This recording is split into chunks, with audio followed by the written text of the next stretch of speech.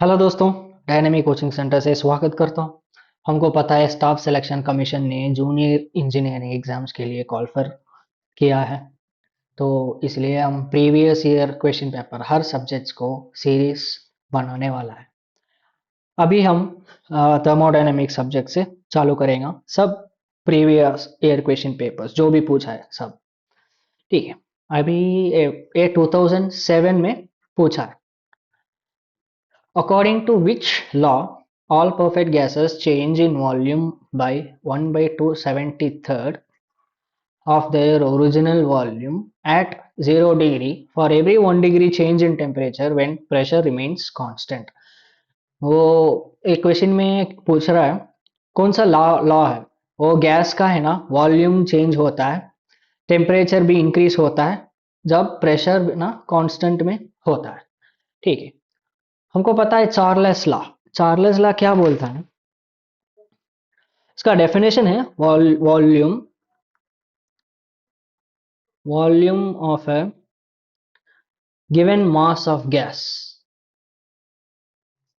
Given given mass of gas, ये जो है ना, वो directly proportional to absolute absolute temperature. लेकिन ये जब हो सकता है, कंडीशन भी दिया है इधर चार्ल्स ने। तो जब प्रेशर कांस्टेंट होता है तब ये दोनों इनवर्सली प्रोपोर्शनल है। तो इसके वजह से हम बोलेंगे Charles law is the answer. और एक क्लू भी दिया हुआ है इधर। वो वॉल्यूम है ना कैसा चेंज होता है, 1/273। इसका भी है ना एक एक्सप्रेशन देता हूं मैं। V minus V naught divided by V naught into T is equal to 1/273 minus rho P। ठीक है, अभी इधर रो पी को हम बोलता है volume coefficient. Volume volume coefficient of a gas at constant pressure. ठीक है, ये इसका मतलब ये होता है। अभी ये इक्वेशन को देखो। ये इक्वेशन हमको क्या बोलने वाला है? V माइनस वी नॉट, ये होता है चेंज इन वॉल्यूम पर मतलब डिवाइडेड पर यूनिट वॉल्यूम मतलब वी नॉट इंटू पर डिग्री रेस ऑफ टेम्परेचर। ये पर डिग्री रेस ऑफ टेम्परेचर ये जो होता है this is equal to 1/273 of volume coefficient. ठीक है, तो ये भी इधर दिया है, तो हमको दो क्लू दिया है। हम इधर चार्ल्स लॉ को आराम से चूज करता है। ठीक है, अभी सेकेंड क्वेश्चन ये भी 2007 का ही है। ठीक है, properties of substances like pressure, temperature and density in thermodynamic coordinates are. वो जो सब्सटेंस है, pressure, temperature, density, thermodynamic coordinates में वो कौन सा फंक्शन होता है? पाथ फंक्शन है या पॉइंट फंक्शन है, साइक्लिक फंक्शन है या रियल फंक्शन है? ठीक है, हमको थर्मोडायनामिक्स में प्रेशर, टेम्परेचर, डेंसिटी जो चीज है ना, उसको हम कहते हैं स्टेट फंक्शंस।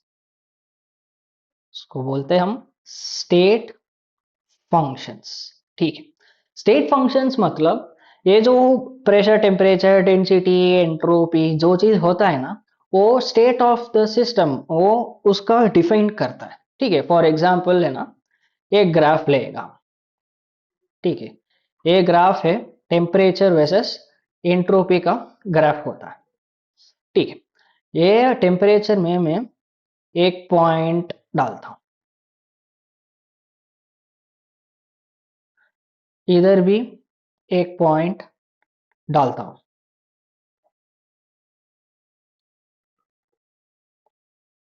ये पॉइंट नंबर 1 है,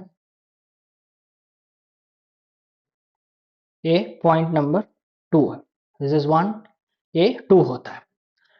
हमको इधर से पता चलता है ए पॉइंट से है ना, इधर एक टेम्परेचर एक एंट्रोपी हम डिफाइन कर सकता है। ए पॉइंट से एक टेम्परेचर एक एंट्रोपी हम डिफाइन कर सकता है, इसलिए हम इसको बोल सकता है ये पॉइंट फंक्शंस है।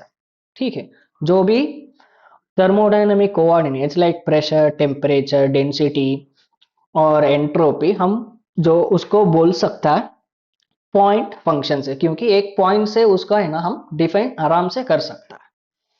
ठीक है, ये हम तीसरा क्वेश्चन पे आते हैं। ये भी है ना 2007 में ही पूछा है। तो अभी देखो ना 2007 में कितना क्वेश्चंस है ना थर्मोडायनामिक्स के में पूछा है। मतलब फर्स्ट लॉ, सेकेंड लॉ और जो बेसिक चीज होता है ना प्रॉपर्टीज वगैरह, उसके हिसाब से है ना आराम से दो तीन मिनिमम तो दो दो क्वेश्चन और तीन क्वेश्चन तो आराम से आ सकता है। ठीक है, अभी ये क्वेश्चन है, work done in an adiabatic process between a given pair of end states depend on। वो पूछ रहा है adiabatic process में है ना वो end states में क्या क्या डिपेंड होता है, जो ओनली इन स्टेट्स में डिपेंड होता है या पर्टिकुलर एडियाबैटिक प्रोसेस में डिपेंड होता है या इंडेक्स एन वो वैल्यू में डिपेंड होता है या वैल्यू ऑफ हीट ट्रांसफर उस पर डिपेंड होता है। ठीक है, हमको एडियाबैटिक मतलब हमको पता है एडियाबैटिक, सॉरी यार थोड़ा हैंड राइटिंग बुरा हो रहा है। तो ठीक है, एडियाबैटिक मतलब क्या है, परफेक्ट इंसुलेशन। उसके मतलब है जो भी हीट है ना वो अंदर भी नहीं आ सकता है या बाहर भी नहीं जा सकता, वही होता है परफेक्ट इंसुलेशन। तो हमको पता है फर्स्ट लॉ, अगर मैंने फर्स्ट लॉ है ना मैथमेटिकल इक्वेशन पे लिखता हूं Q is equal to del U plus W. ठीक है, ये इधर क्या क्या दिया है, इधर एडियाबैटिक प्रोसेस दिया है, तो मैं क्या करता हूँ Q को जीरो करता हूँ, तो इधर हमको एक इक्वेशन आता है W is equal to minus del U. इधर W वर्क होता है, डेल यू तो इंटरनल एनर्जी होता है। हमको पता है इंटरनल एनर्जी एक प्रॉपर्टी डिपेंडेंट है। ठीक है, वर्क और हीट, सॉरी एंड वर्क और हीट होता है पाथ फंक्शंस, लेकिन इंटरनल एनर्जी होता है वो प्रॉपर्टी बेस्ड है। ठीक है, तो इधर हमने क्या कंक्लूजन ड्रॉ किया है, W is equal to minus del U. तो हम क्वेश्चन के ऊपर जाएंगे। ये जो होता है ना दी एंड स्टेट्स ओनली, क्योंकि पहले क्वेश्चन में ही हमने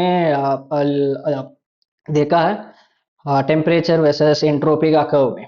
ठीक है, ये एक पॉइंट से है ना एंड एंड ऐसा वन टू T1 और S1 T2 S2 ऐसा है ना हम कर सकते हैं। तो इधर ये इसका आंसर होता है एंड स्टेट्स ओनली। तो जो पैर ऑफ एंड स्टेट्स है ओनली वो एंड स्टेट्स के ऊपर ही डिपेंड होता है,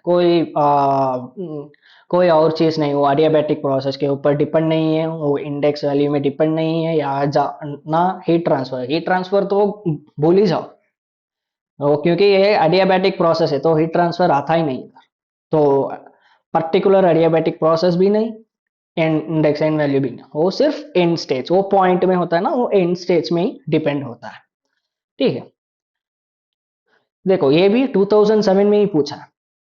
so which is true for reversible polytropic process. ये चार ऑप्शंस दिया है, उस पे क्या ट्रू है, temperature remains constant polytropic process में, या एंट्रोपी रिमेन्स कांस्टेंट है पॉलीट्रॉपिक प्रोसेस में, या एंथैल्पी है, या कोई ना कोई कुछ हीट ट्रांसफर होता है। वो पॉलीट्रॉपिक प्रोसेस में क्या होता है रिवर्सिबल पॉलीट्रॉपिक प्रोसेस में। ठीक है, पहला हमको पता है रिवर्सिबल एडियाबैटिक प्रोसेस। ठीक है,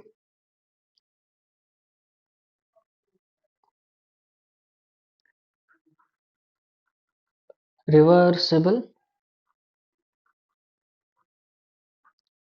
adiabatic process and irreversible adiabatic process। दोनों में हमको क्या पता है, Q इज इक्वल टू 0, क्योंकि पहला क्वेश्चन में ही हमने देखा वो एडियाबैटिक मतलब क्या होता है, ना हीट अंदर आ सकता है या बाहर जा सकता है। ठीक है, इसका और एक प्रोसेस होता है जो होता है पॉलीट्रॉपिक प्रोसेस। पॉलीट्रॉपिक प्रोसेस, ठीक है। अभी रिवर्सेबल और इरिवर्सेबल एडियाबैटिक प्रोसेस में इक्वेशन होता है PV power gamma is equal to constant. तो इधर होता है PV power n is equal to constant. इधर एन होता है इंडेक्स। ठीक है, हमको पता है ये इधर हीट ट्रांसफर नहीं होता है क्योंकि एडियाबैटिक है, लेकिन वर्क तो हो सकता है।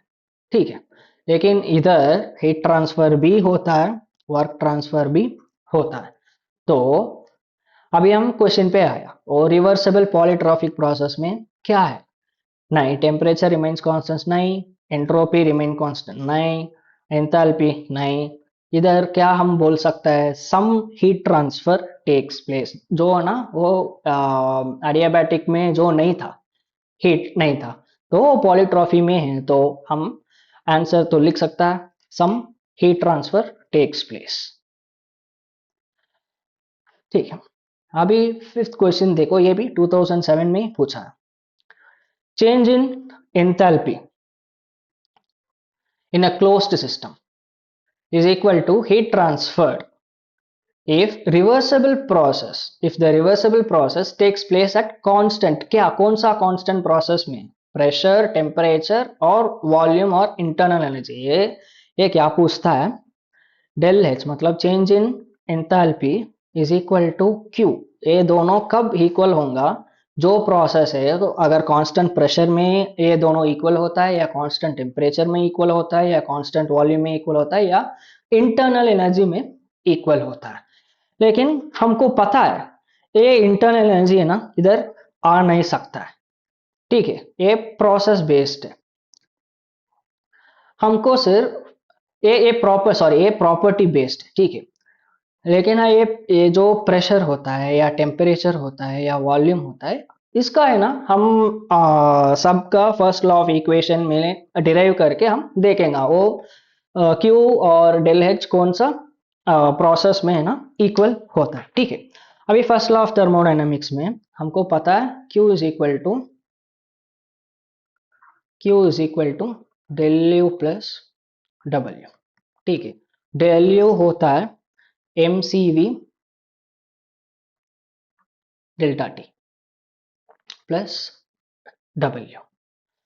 ठीक है, अगर हम कांस्टेंट टेम्परेचर लेता है तो ये जीरो हो जाएगा, ये होता है कांस्टेंट टेम्परेचर के लिए। ठीक है, वो तो Q is equal to W होता है, तो ये इक्वेशन नहीं, तो दूसरा इक्वेशन है Q is equal to del U plus W, लेकिन इधर है ना कांस्टेंट वॉल्यूम रखते हैं, volume is equal to constant, जो बाउंड्री बाउंड्री ही नहीं होता है, बाउंड्री कांस्टेंट होता है, वो मूव ही नहीं होता है, तो कैसा वर्क होगा, तो work is equal to zero.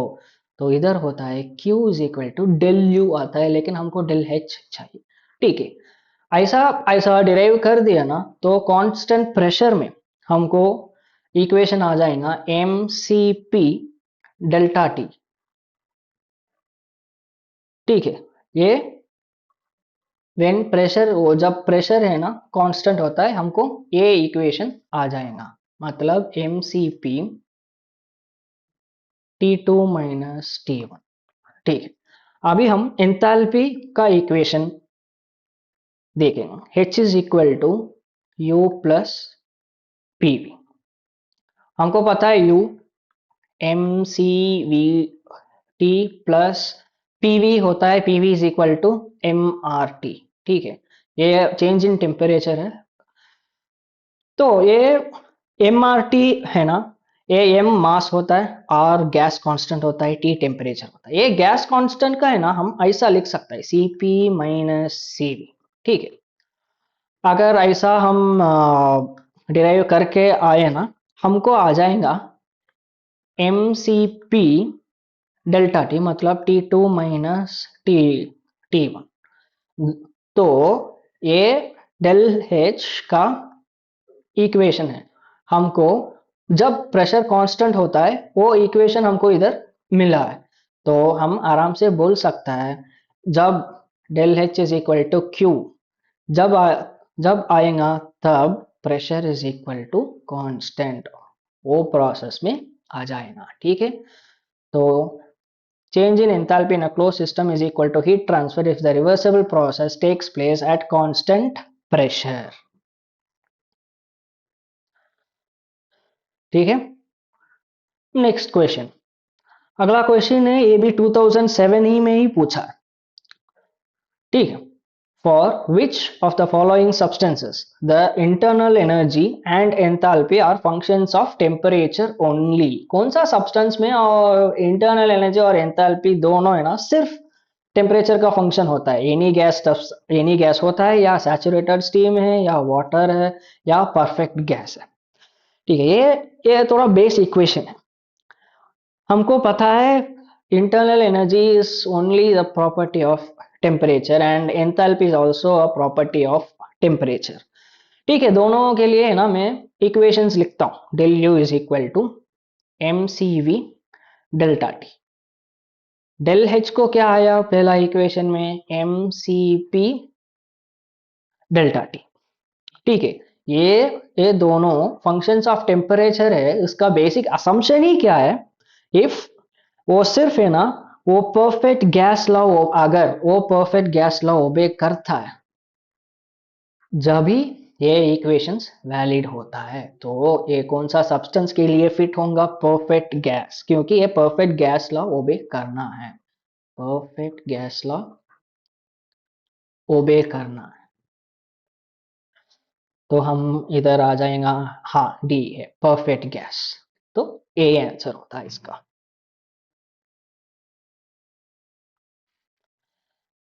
अभी 2008 में एक क्वेश्चन पूछा है। देखो 6 क्वेश्चन है, वो 2007 में पूछा है थर्मोडायनामिक्स बेसिक्स में। ठीक है, अभी सेवेंथ क्वेश्चन है, characteristic equation of a gas is given by. इधर इधर देखो, ये क्वेश्चन पे है ना वो थोड़ा ट्विस्ट से दिया है। ठीक है, characteristic equation of gas is given by specific volume दिया है ये लोग। ठीक, ओ ये इस पे है ना थोड़ा ट्विस्ट है। m is equal to mass of the gas. अभी स्पेसिफिक मतलब क्या है, पहला उसका डेफिनेशन देखिए। स्पेसिफिक मतलब जो जो भी प्रॉपर्टी होता है, जो भी प्रॉपर्टी होता है उसका डिवाइडेड बाय मास कर दिया, उसको हम कहते हैं स्पेसिफिक। फॉर एग्जांपल है ना, एंट्रोपी ले लो। ठीक है, एंट्रोपी बाय मास। यस, मतलब एंट्रोपी, एंट्रोपी बाय मास, इसको हम कहते हैं स्पेसिफिक एंट्रोपी। तो ऐसा ही है, वॉल्यूम बाय मास होता है ना, इसको हम बोलते हैं स्पेसिफिक वॉल्यूम। जो क्वेश्चन में दिया है ना वो ही है ये, वॉल्यूम बाय मास। ठीक है, हमको गैस इक्वेशन पता है, P V is equal to M R T.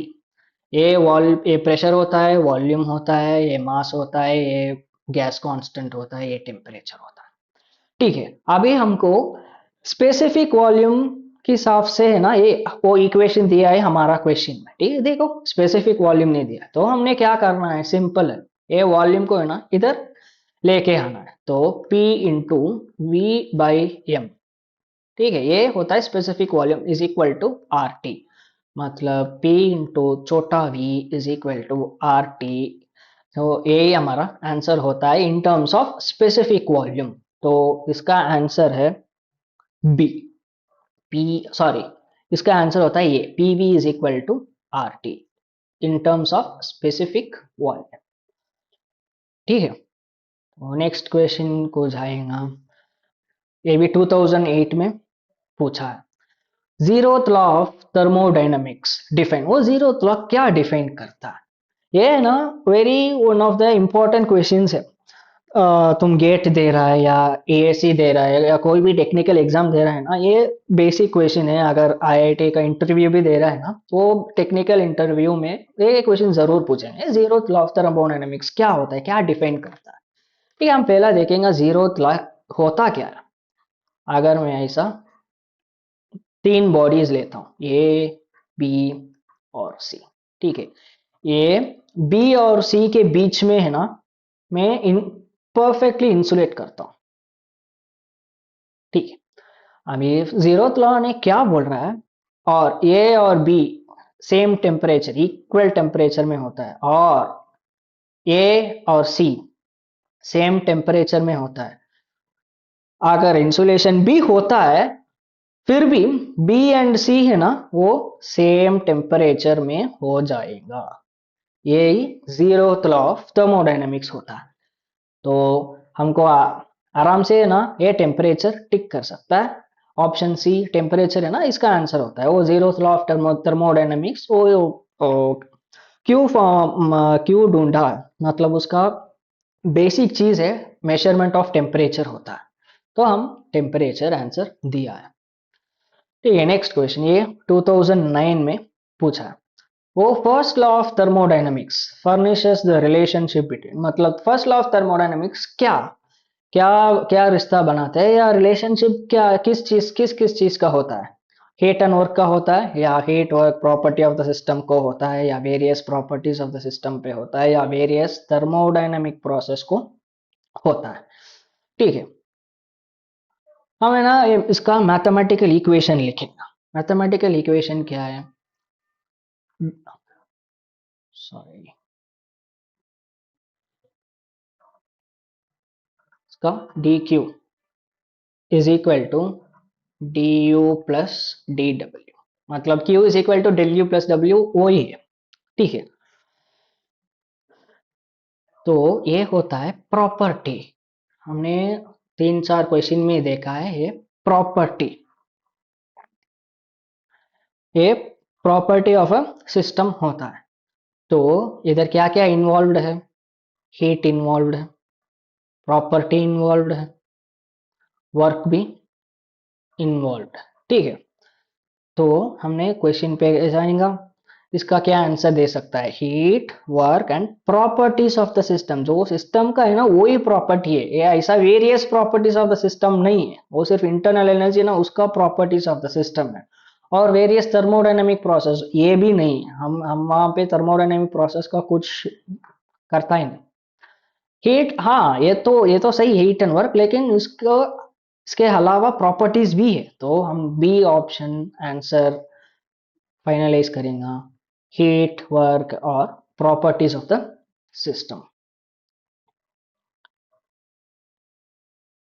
ठीक है, अभी ये 2010 में पूछा है, work done in a free expansion process is. अभी फ्री एक्सपेंशन प्रोसेस हो रहा है, उस पे वर्क डन क्या होता है, पॉजिटिव है, नेगेटिव है, या जीरो है, या मैक्सिमम होता है। ये भी ना इंपॉर्टेंट क्वेश्चन है, गेट ईएससी वगैरह है ना, ये बेसिक क्वेश्चन पूछता है। हमारा डायनेमिक कोचिंग सेंटर में और चैनल में गेट का भी वीडियोस है, प्लेलिस्ट है, इंग्लिश में होता है, जरूर देखना एक बार। ठीक है, तो work done in an free expansion process, ये बेसिक फिजिक्स होता है। जब रेसिस्टेंस ना होता है, रेसिस्टेंस ही नहीं है, रेसिस्टेंस ही नहीं तो वर्क भी नहीं होता है। ठीक है, तो रुकने वाला है कोई नहीं, तो वर्क भी नहीं होता है। तो ये रेसिस्टेंस की वजह से हम आराम से आंसर को कर सकता है जीरो इधर। तो work done in a free expansion process is zero. ठीक है, नेक्स्ट क्वेश्चन ये भी 2010 में पूछा है, and open system is one in which. अरे तो जो ओपन सिस्टम ये क्या होता है, हमको पता है दो सिस्टम होता है, ओपन सिस्टम है, क्लोज्ड सिस्टम है। क्लोज्ड सिस्टम में क्या होता है, इधर है ना मास कांस्टेंट होता है, मास का इंटरेक्शन होता ही नहीं, लेकिन हीट का इंटरेक्शन होता है, वर्क का इंटरेक्शन होता है। लेकिन ओपन सिस्टम में क्या है, मास को भी इंटरेक्शन होता है, वर्क को सॉरी हीट को भी इंटरेक्शन होता है, वर्क को भी इंटरेक्शन होता है। इसका इसका एग्जाम्पल है आईसी इंजन बोल सकता है। ओपन सिस्टम का एग्जाम्पल है टरबाइन, कंप्रेसर। क्योंकि है ना, अगर टरबाइन ले रहे हैं, इसका एक मास फ्लो रेट से स्टीम आ जाएगा, बाहर जाता है ना वो, और एक मास फ्लो रेट में, और एक स्टीम स्टीम में, और एक मास फ्लो रेट में जाएगा, तो मास इंटरेक्शन तो इधर होता है। लेकिन आईसी इंजन में ऐसा मास इंटरेक्शन नहीं होता है। तो इधर देख, mass does not cross the boundaries of the system, नहीं, मास तो क्रॉस कर सकता है। Neither mass nor energy crosses the boundaries of the system, हाँ ये सही है। लेकिन दूसरा ऑप्शन भी देखेंगे ना, both energy and mass crosses the boundaries of the system, mass crosses the boundary but not the energy, ये भी गलत है, ये भी गलत है। मास और एनर्जी दोनों क्रॉस करता है ओपन सिस्टम में। लेकिन तो क्या बचा है अभी, both energy and mass crosses the boundaries of the system, ठीक है। तो इसका आंसर है ऑप्शन सी, ठीक है। हम बाकी वीडियोस है ना, नेक्स्ट नेक्स्ट बाकी क्वेश्चंस नेक्स्ट नेक्स्ट वीडियोस में, अगले वीडियोस में देखेंगे। तो लाइक, सब्सक्राइब, शेयर तो ज़रूर करना।